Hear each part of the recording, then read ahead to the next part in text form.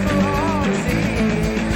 El Cachorro, El Cachorro. We should draw superheroes day today for you and me. El Cachorro, El Cachorro.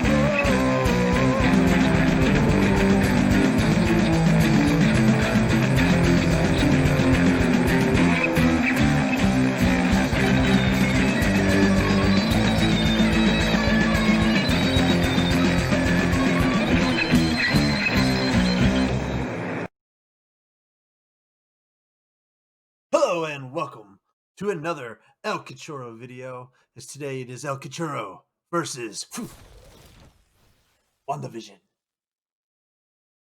As obviously, you can tell, the Wandavision stream has began, and thought maybe we'd cover it. They cover the Mandalorian and cover Clone Wars, so might as well jump into the Marvel stuff too. So they released their first 2 episodes, and overall, I think it started off. It's very a mediocre start. I see potential. I think the show is going to end very strongly. It will be very good by the end. Just the first couple episodes were kind of lackluster. But obviously, what they're doing is the vibe they're doing is, I get it. That's fine. It's other people have tried the same vibe before. Agents of Shield last season kind of did this air whatever when they were doing the whole time. They were doing whole time travel things. By the way, there's spoilers in this video for anything, so you should watch this period. But they did a whole time travel thing in that where they would theme the shows based on whatever decade that they were in. So they're doing that here as well, as a sitcom spoof. So the first episode is like a 50s sitcom. Then we get a 60s sitcom. I guess kind of like the 50s was more like a I Love Lucy kind of thing.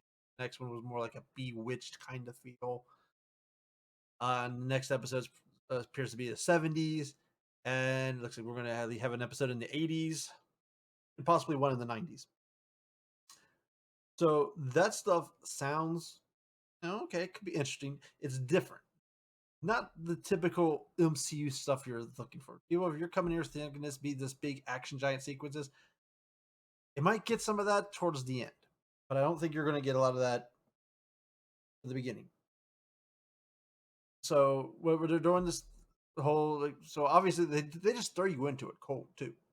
I mean, it's like boom, you get the special opening, get the Marvel Studios logo. Let's go into discussion mode with snap. So you got your typical Marvel Studios opening logo, and then they turn it into a black and white because the first 2 episodes are in black and white. They go with the time frame that they were. So the show opens with a typical sitcom opening, like they do here, with the theme songs and kind of telling the story. And so you're thrown immediately into the scene in black and white, obviously, because it's the 50s. They're pretty much kind of just throwing you in. Okay, they're coming in. They're driving to a suburb division while they're married. Well, they just got married. The house is for sale. Wanda does a little hex magic on it. Boom, sold. So they're kind of setting up so they're doing like the typical sitcom opening, but also kind of setting up how they get to where they're at. But does it tell you how this whole thing? But the mystery is how the hell this all started, which is where you're gonna have to unveil that. So you're kind of just thrown in cold water. Wanda's looks like she's in the 1950s with Vision. So it's done, like I said, in a very 50s sitcom kind of way. As you can see, they're all decked out to look like they're in the 50s, and you're getting a lot of 50s humor, sitcom humor kind of stuff. They're working in the humor that way, but then they're also spoofing on the humor at the same time. The show starts out okay. The first version round of jokes hits. They're doing okay. You're getting pretty much Wanda's using her magic to do the dishes, and Vision walks in. They start going back and forth with mixing in their stuff kind of with the 50s stuff for being magical. They have powers around them and they're different from everyone else. Then we get to so after some jokes, including one about how Vision doesn't need to get to a discussion about a calendar. They have a date with a heart on it. In this image, but it is a 2023 year on the calendar was. So showing that it's technically in modern time, yet this looks like the 50s. So I'm sure so it kind of tells you that there's something more going on. So you have this little argument where they're going back and forth because neither of them can tell what this date means. So there's jokes, there's birthday, anniversary of what? So they're kind of you got this part going back and forth on what this is, and they're both pretending they know each other knows what it is. They like I know what it is, but you don't know what it is. Kind of joke going.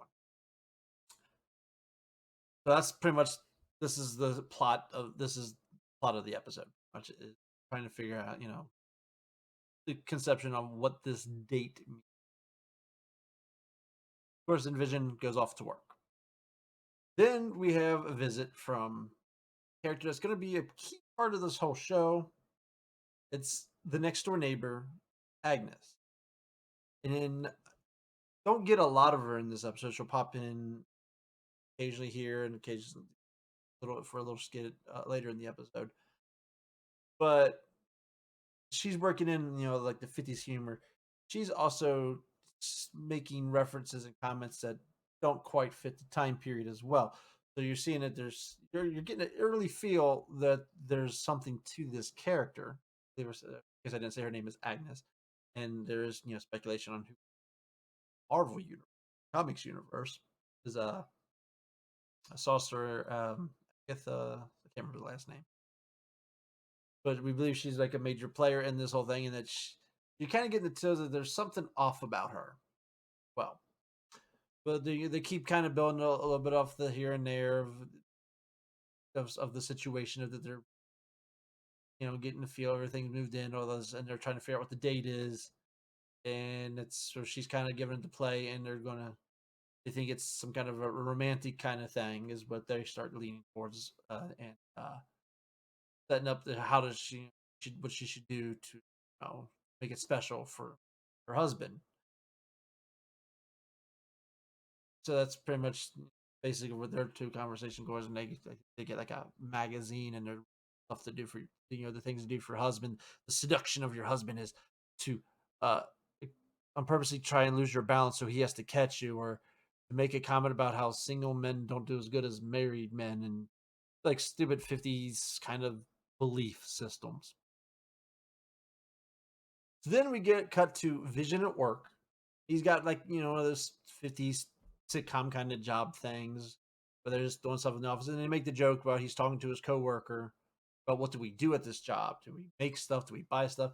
And they're like, well, no, we just do stuff. And I think, I'm not through fluent on my 50 sitcoms, but I think kind of that's a gag on. I think 50 sitcoms, a lot of times the husband figure, would have a job look like it was kind of a meaningless job just for purposes that affect much. And of course, it shows Vision is super productive at his work, and there's makes some jokes about he's like up their productivity to 300%. And the guy jokes around, calls him a robot, and he kind of like, I am not I'm an organ based life form, and all this stuff. So the comedy in this scene also is, it's still comedy's still working here. The reason I keep mentioning that because work here, and then the boss comes out, and the boss mentions that and his boss's last name is Hart, and the boss mentions they have a dinner. They're having dinner over at Visions tonight, so that's what the date on the calendar with the Hart was supposed to mean. Because for his boss Hart was coming dinner that date, so an abbreviation for boss's name. And there's some references about how this dinner's got to go super special for Vision, for promotion stuff, and it even references that how another employee it didn't go well, and it kind of shows the employee here as he's packed his boxes as things and he's fired.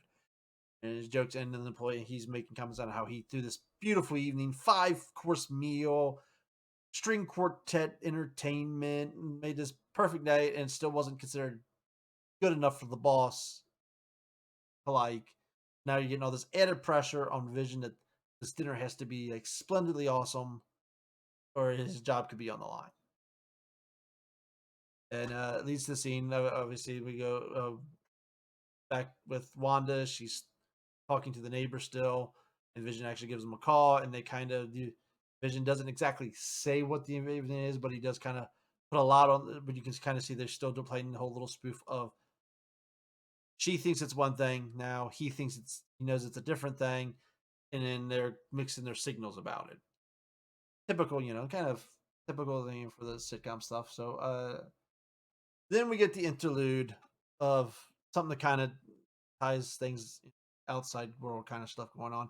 Is they slide in like this 50s commercial kind of thing for a toaster. The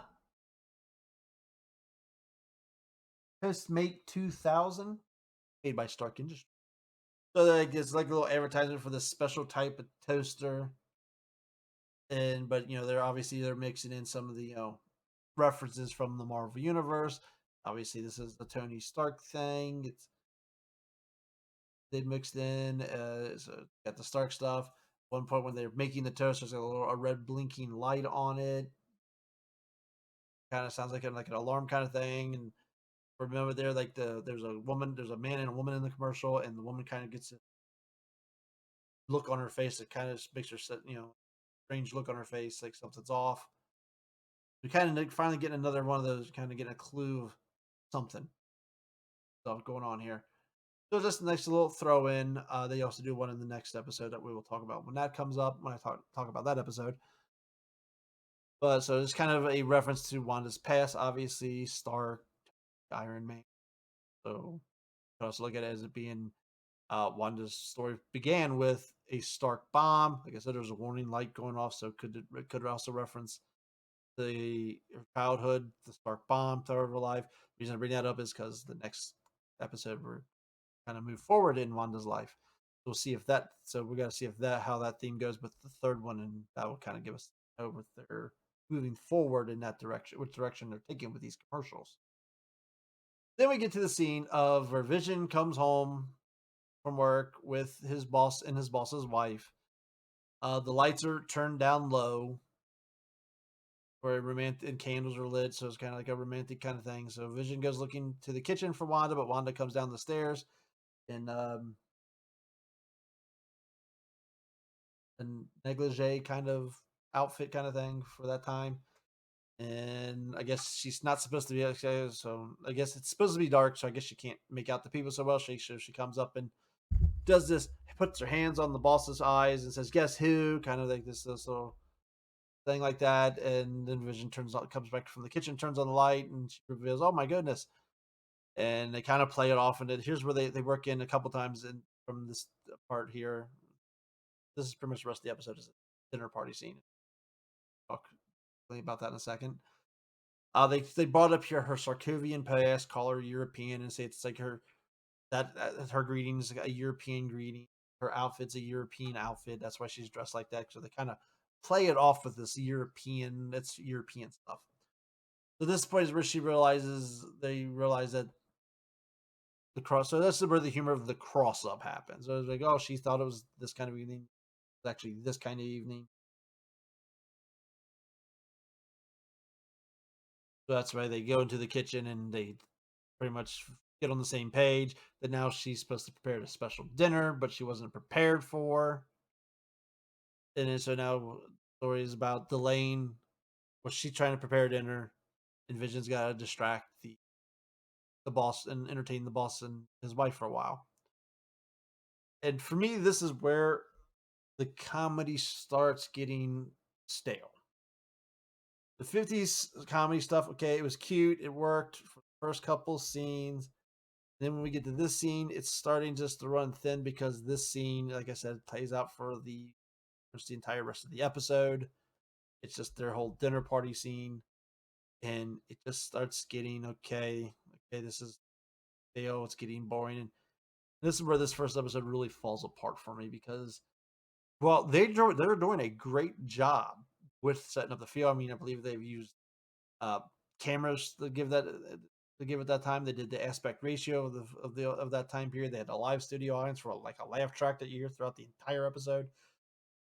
They're doing a great job of giving it the feel. It's just, I mean, I guess it's up if you're like a big '50s sitcom fan and you love watching that stuff. Okay, maybe it probably works for you all the way through. I've never been a huge to that, so I guess after a while it kind of got old. It's like, okay, this is not real. The jokes aren't and stopped hitting for me. That's kind of where the flaw of the episode comes starts falling apart. So of course, this is when the neighbor pops back over, brings all this stuff in to help her out with cooking and stuff, and she's trying to whisk the neighbor out of there so she can start using her magic to try and prepare and stuff. And meanwhile, you got the Vision trying to keep everybody distracted so they don't know that she hasn't done anything, and so she can use her hex magic to try and fix the dinner. So after that little bit interlude of her trying to like use magic and she's having issues, like she tried to make a turkey and it burns and then tries to use the magic thing and then she turns them into eggs. And you have some little comedy bits with her trying to get the meal together because she doesn't know how to do it. And after that, finally it all comes together and gets a food ready. And it ends up being she makes breakfast food.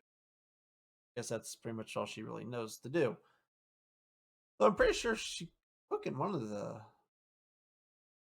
what was it, Infinity War? Wasn't there like a whole scene about her and Vision trying to cook food relative to her area? So technically, Wanda is supposed to know how to do some kind of food stuff. So, but hey, whatever. You got to fit the sitcom motif here. So she finally gets the dinner going, and they're sitting there, and the wife starts asking typical questions: How long have you been married? What do you guys? Why'd you guys move here? Why don't you guys have any kids?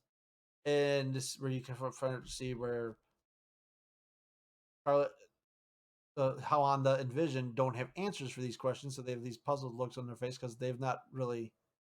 So it's kind of like it kind of shows that they're kind of making things up as they go here, so they haven't really figured this part out yet. We don't know how long they don't have the answers to these stuff, and then the boss starts kind of like getting a little more high tempered because they won't answer the question, and he's like trying to starts pressing harder on what's the answer? Answer the question.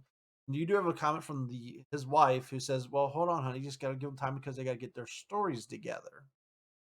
I could throw that line kind of sticks out a little bit, but like I said, it goes with the fact is well, it kind of shows that maybe they're making this up as they go, or at least one character. They're visually somehow where Vision come from because he's dead. We know from the movies. So kind of setting up that they have not ironed these details out yet, where this is kind of leaning towards. So as she's pressing as he's pressing, I guess and chewing at the same time, he starts choking on something. This kind of is where now this is probably the highlight of the whole.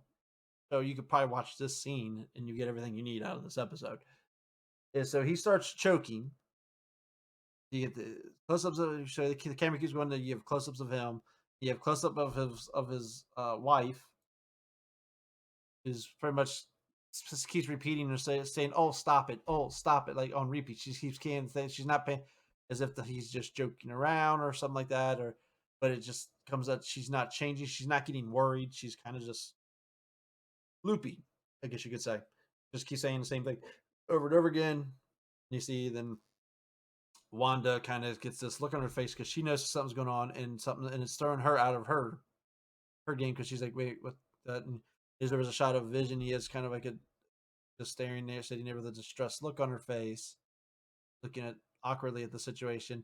And after a few minutes, Wanda kind of comes out of it and she goes, Vision, help him. And Vision uses his power, goes over to him, uses his powers and reaches in and gets the thing he's choking on out of his mouth. And from there, everything kind of goes back to normal. So he saves him, goes back to normal.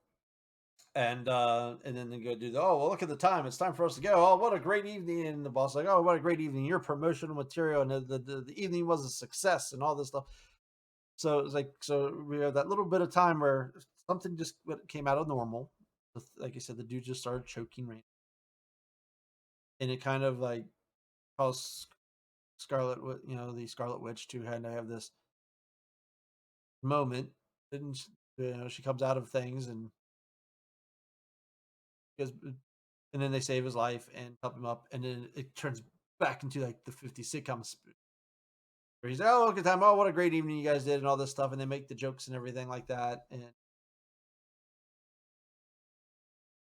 so then the boss and his wife leave. Everything. Then we go back to a 50s sitcom ending, and this is where they kind of iron out more of their stories. Like, well, we need a wedding day, and so they decide to make this their wedding day moving forward. And then Scarlet Witch's powers to give each of them wedding rings.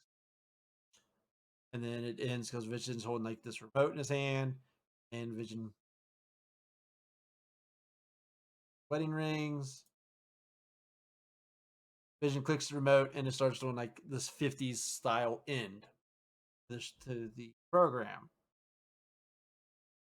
And then as that's going on, as those credits are running, they start pulling back, and you see that there's like someone watching this program. This is where we're first getting our first taste of there's an outside world.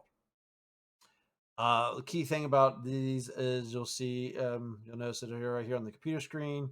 That's the sword logo from Sword Organization. And there's someone's writing notes in a book, and they close the notebook, and it also has the sword logo on it.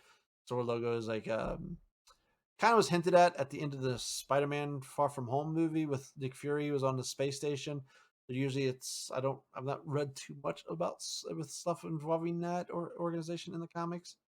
But they have like a shield-like group. It's in outer space. Typically, I believe in the comics they were supposed to monitor cosmic things, where maybe in the MCU they're going to monitor, kind of become more like a shield kind of thing again. Maybe it's kind of like going to be like a new version of shield. So you're kind of getting the hints right here of the outside world, and that's when this first episode ends. I believe it was. We have a time. So is one of the flaws with the Mandalorian was the episodes would be sometimes decently length, sometimes extremely short. I think Disney Plus labels it as a 37 minute, 30 something minutes, but there's like so much credits at the end. The episode itself is like 22 minutes long, so it's super short. Now, does that mean all of them are going to be that short? Don't know.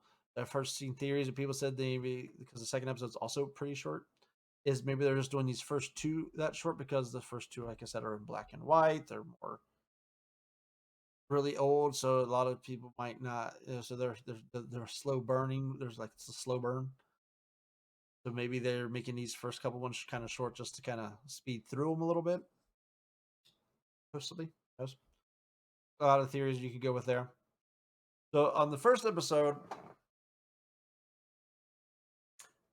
I don't know. Let's see. What be our scale for this? If I do a scale of 5, I'm doing it like it's well made for what and they do a great job for what they're trying to do, and they've hit. They're going. I mean, all the stuff's well made. It just got stale, got old. Like I said, the jokes just stopped hitting. Uh, I don't know if that's a writing issue or if that was because these sitcoms just aren't my thing. So it could be either of those two things. Personally, I think the scenes when they were short were working. Like the kitchen scene worked, the work scene worked, just interlogs with the neighbor worked because the neighbor's an interesting. Get a little taste of the neighbor who's seems to be an interesting character.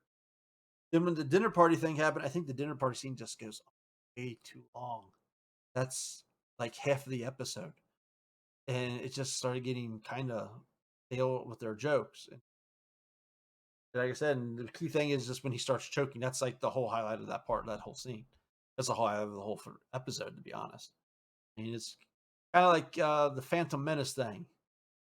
Darth Maul's awesome. Take Darth Maul out of it, and it's kind of becomes the rest of the movie. So it's kind of like that scene to do because that's where you kind of get your first sense that there's something off here. So it's like the first episode kind of weak. So it was opened up pretty weak. So I didn't really get into this episode too heavily.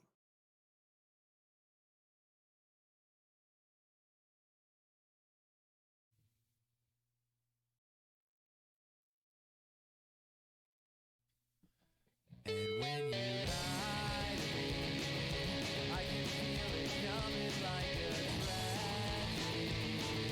Gently color coded in the irony, and I can feel a panic coming on. Try to be everything you're not until it's hard to see who you really were before you tried to be. Who you are now is just confusing now. Would I be pointed out the obvious, divided down and dying? Some people stay mad forever. I want you on my side, even when it comes to this. I know it's not that far. I could spend my whole life waiting for you just to make it stop.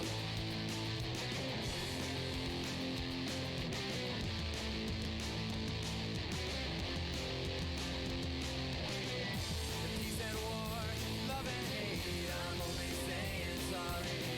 If things are come and this can wait, I'm only saying sorry. The peace and war, love and hate, I'm only saying sorry. If things are come and this can wait. I can feel it coming like a tragedy, gently color coded in the irony, that I can feel the panic coming on. Oh no. Try to be everything you're not until it's hard to see who you really were before you tried to be. Who you are now is just confusing now. Oh no. Would I be